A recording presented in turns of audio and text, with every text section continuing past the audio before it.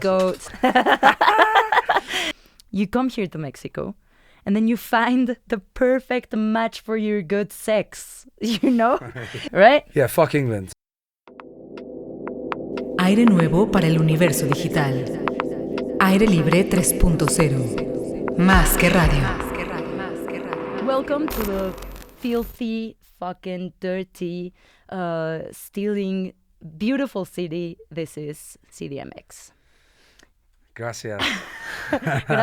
You got your first kick in the face by the city this morning. A Joe le robaron su bolsa donde estaba su pasaporte, su celular, sus boletos de avión. Everything was in there. Even your house keys, man.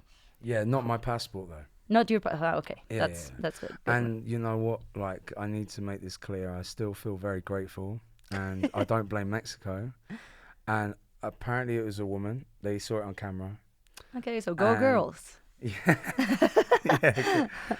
It's a matter of life or death to you. If you don't put out these songs, you would die. And that's the difference between just a band and art. I think, like, for me personally, the life or death thing comes from a necessity to survive, feeling smaller, like feeling part of something bigger than yourself. Like, I started the band, I was in trouble with the law, the police a lot, and living a life of trouble. Trouble is a good crime word. now and again, Yeah. and violence now and again, and just being a real piece of shit to myself, and others now and again. But like, what came from my experience was to start a band because I wanted to do something. My father taught me from a young age that creative thinking is problem solving, and when you create something, you open an avenue or a door or a pathway or a bridge to something greater than yourself, and you feel part of the universe. What happens if you create great art or honest art is that with your audience, you make them feel like they are part of something bigger than themselves, and that they are not alone. Of course. And that's what I want, and that's what we've done. But we didn't build it. We were maybe the architects of the idea of a community, but it was our audience that built it. You can't, as an artist or a band, build anything without a loyal audience. I completely agree, but the only way to make people click right away with what you do is with full honesty, and that's what's in Idols all the time. Like, there's lots of tension in your work. There's violence and tenderness. There's vulnerability. There's joy. There's humor, and there's grief all at the same time. And people can see that it's real, and that's why we click. Like, I'm very fortunate to say that that me too. I feel part of that. Can you tell us about Afgang a bit? I saw it as like a gang. I was like, oh, as fuck gang, that's cool. As fuck being like to the most. And I like that idea of creating a community of people that give everything. And that's what I wanted from the band. And I would always make sure that everyone in the band gave everything, otherwise they're out.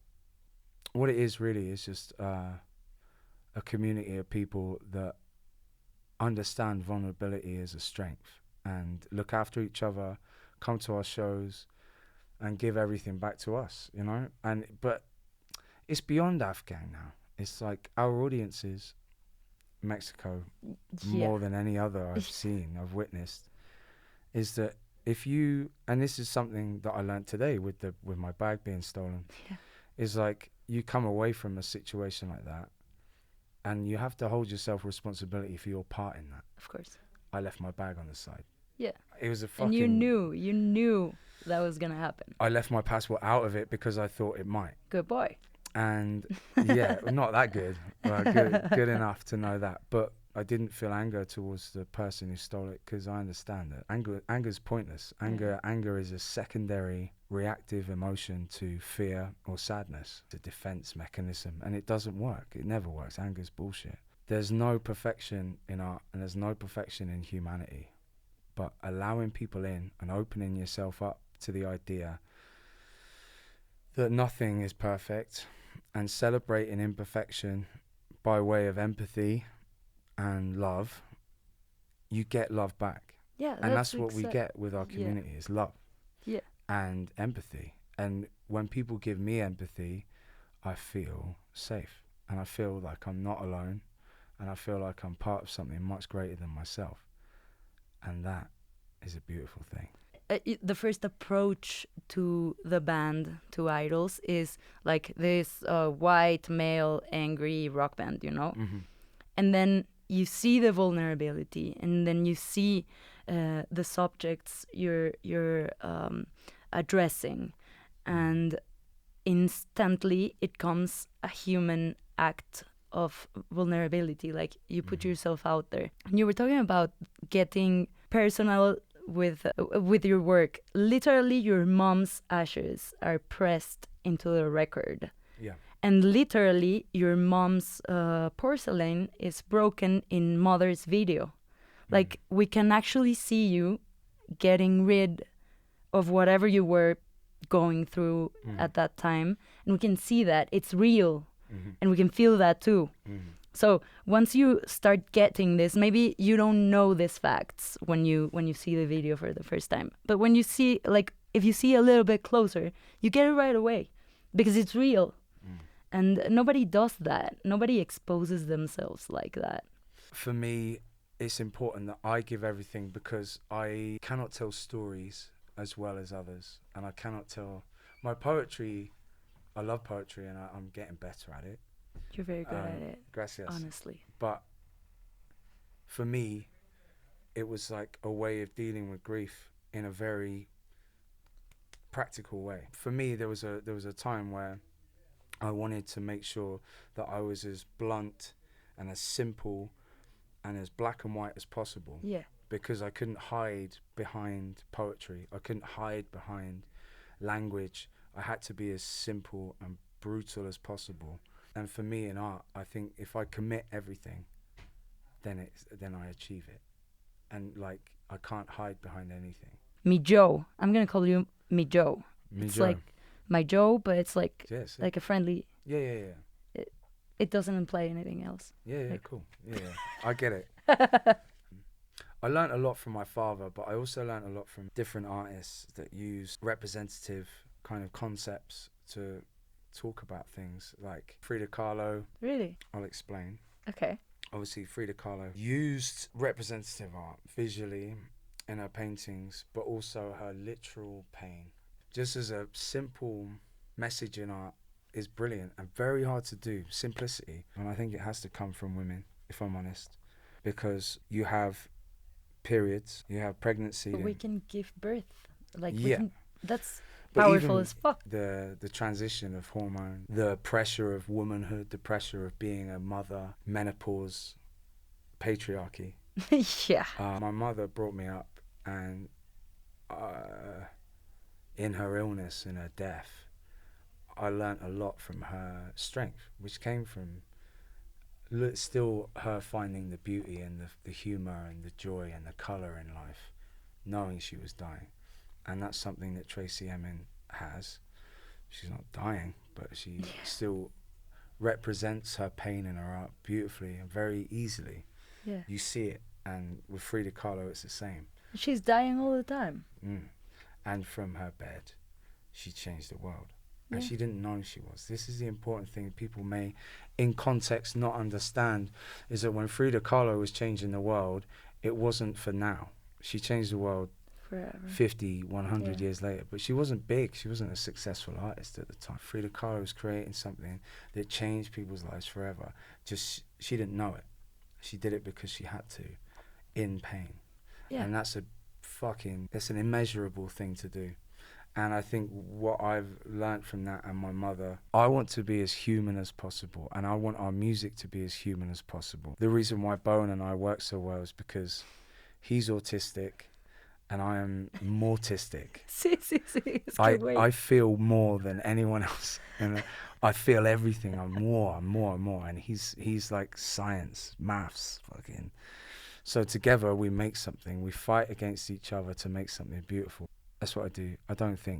We don't practice anything on stage. You actually bring the people in this dynamic that makes them feel part of something bigger. It's very clear that you're working your ass off for those people that went to see you. And that's very clear. That's why people give in. That's why I get down when I go to your shows. That's why I do the fucking wall of death, you know? Well, that's why I started the band. I started the band because I'd go and see bands play every week. This was 2004. I was going to shows every day.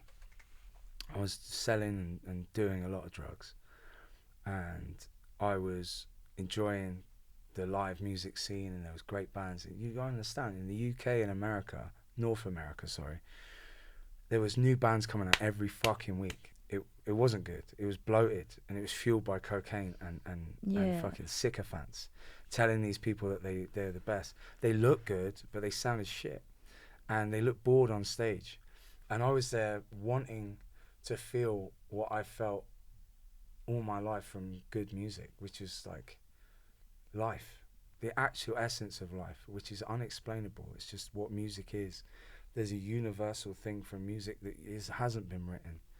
You know, it's something more than science, and it's religion, it's theology. It's not something we can talk about. We can only feel it. And like, I want that in music, and live music especially. If I'm paying fucking 15, 20 pounds to see a fucking band, they better not look bored. They better give everything they have. They don't have to be all, that's crazy. No. If you're stood still and you mean it, you fucking mean it. I'll believe it from 200 meters away. Yeah. You don't have to dance for that shit. But all these bands, and they look cool, but they were fucking anything but cool. Yeah, they were not taking there. the money and they were running. Yeah. And we went to this show, I saw this band, and I was I was like, fuck this shit. I turned to Dev, who was bassist in our band. Yeah, Dev. Yeah, we weren't the band then. And I said, we need to leave. So I was like, this is shit. We're starting a band. We need to start a band. I'm sick of this shit. We wanted to make something of meaning and purpose and love. I've always understood why I'm lucky, and I wanted to make something of that and change the world with music, and you know, just make my friends laugh. And you know, it's like someone explaining sex. If you've never had sex, you're like, Joe, what's sex like? I'll be like, it's great. And you do and this. You do and then like, you sweat a feels lot. good. You come here to Mexico, and then you find the perfect match for your good sex. You know, yeah. It's not the same to have sex with anyone than to having it with someone, like a good fuck, like with. Well, do you know what? The best sex, I think the best sex I've ever had is when you completely let go. And you allow yourselves to melt into one. That is Mexico. That is Mexican audience, and Exactly. idols found their perfect sex partner. Let's Welcome go. to Mexico, man. Like, you have to come back But here. it's a beautiful metaphor. You can say salud anyway, man. No. You don't say empty. You don't say empty. Come on. Hey, thank you for everything. Yeah, pleasure. Thank you. Good question. Right? Yeah, fuck England.